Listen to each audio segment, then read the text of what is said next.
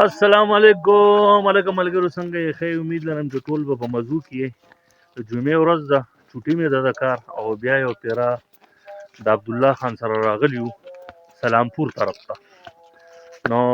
عبدالله السلام علیکم علیکم ملګري مونږ ورې هسې ځانه شوقیه ویډیو جوړو درته خفه نه شي ورې صحیح ده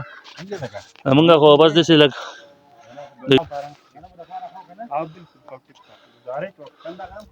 تاسو نن ګاډي ماډي نه وویستې یاره کو صحیح هلکه دا پکې ښکلي بیزي دي ماشاءالله هلکه بخیر جوړ تکړه خوشحاله ته خفه یې یاره ولې خر یې پکې تړلی دی یو ځای وړو ځانه وګرځئ چې بیا ځو ښه هلکه خیال کوه چېرته ګزار نه شې داسې نه چېرته بله جوړه کړې ګورې څه به ویل غواړې یار دواګانې سلامونه خصوصا طاهر ته وایي چې موږ په دواګانې پراته یو د مینه لپاره ښه سوال نه وویل د خیر او د رحم او د بندې بیړۍ چې زموږ په ولایت کې د خړه سره د خیر حاجتونه ده او ټول عالم دپاره دعا وکړي دغه زموږ سوال دی پاک ځای ته تللی دی د قبر زړه کې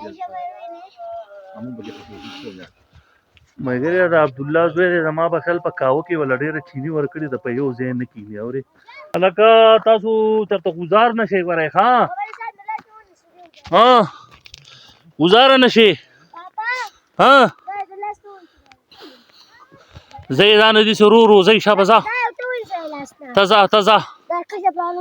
ځه ګزاره نشي لاس ول ورکړه سفر خو راته والله چې ډېر زیات پاتې دی اوس نه مې سا رامات دی والله دې همت راکړي چې په بره باندې وخېږم ښه نو ملګرو اوسئ موږ سره په ویډیو کې ځئ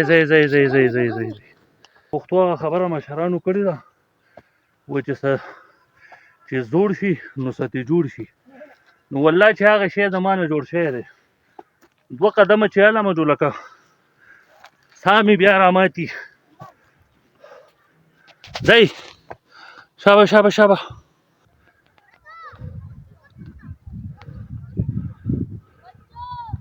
زما نه خو هغه ملګري ډېر لرې لاړو یار ځئ که نه لاس ورکړه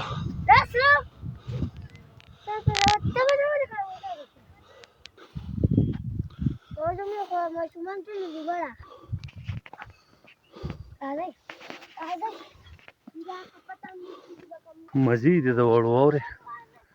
بس هر ټایم ځئ ګډې وړې خبرې مه کوئ ځئ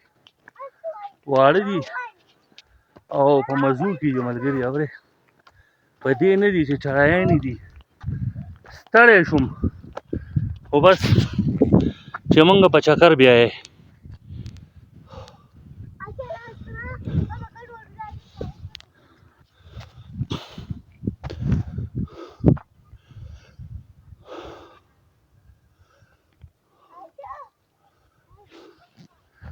ملګرو دا کومه لاندې لار چې مې ته وښوله که نه ټیک ده چې چړایي ده چې د دې دپاره د سره 4x4 ګاډی وي که نه او هر قسم د موجوده دور سهولیات ته سره نو بیا غرونه دشتې دا نمونه شیزونه چې دي نو دې ته به بیا ستا سا نه ډوب السلام علیکم هلکه ملګرو عبدالله خان لګیا دی عبدالله خان څه دې راټینګ کړي دي تصویران دې څومره وویستل هلکه ته څه وې هلکه ښکته به ګزار شي ظالمه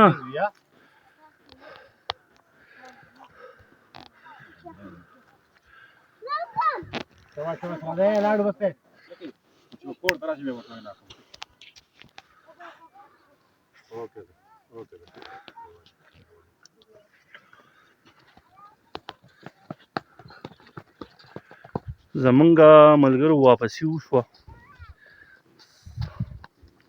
هسې ګوره ملګري دا شاته ځای ګوره ډېر بهترین ځای دی والله چې یو 2-3 کناله پکې والي او ځای د سره یې ګاډی ماډی د سره او سکون ځای دی د مزو ځای دی بس الله دې د هر سړي داسې ځای روزي کړي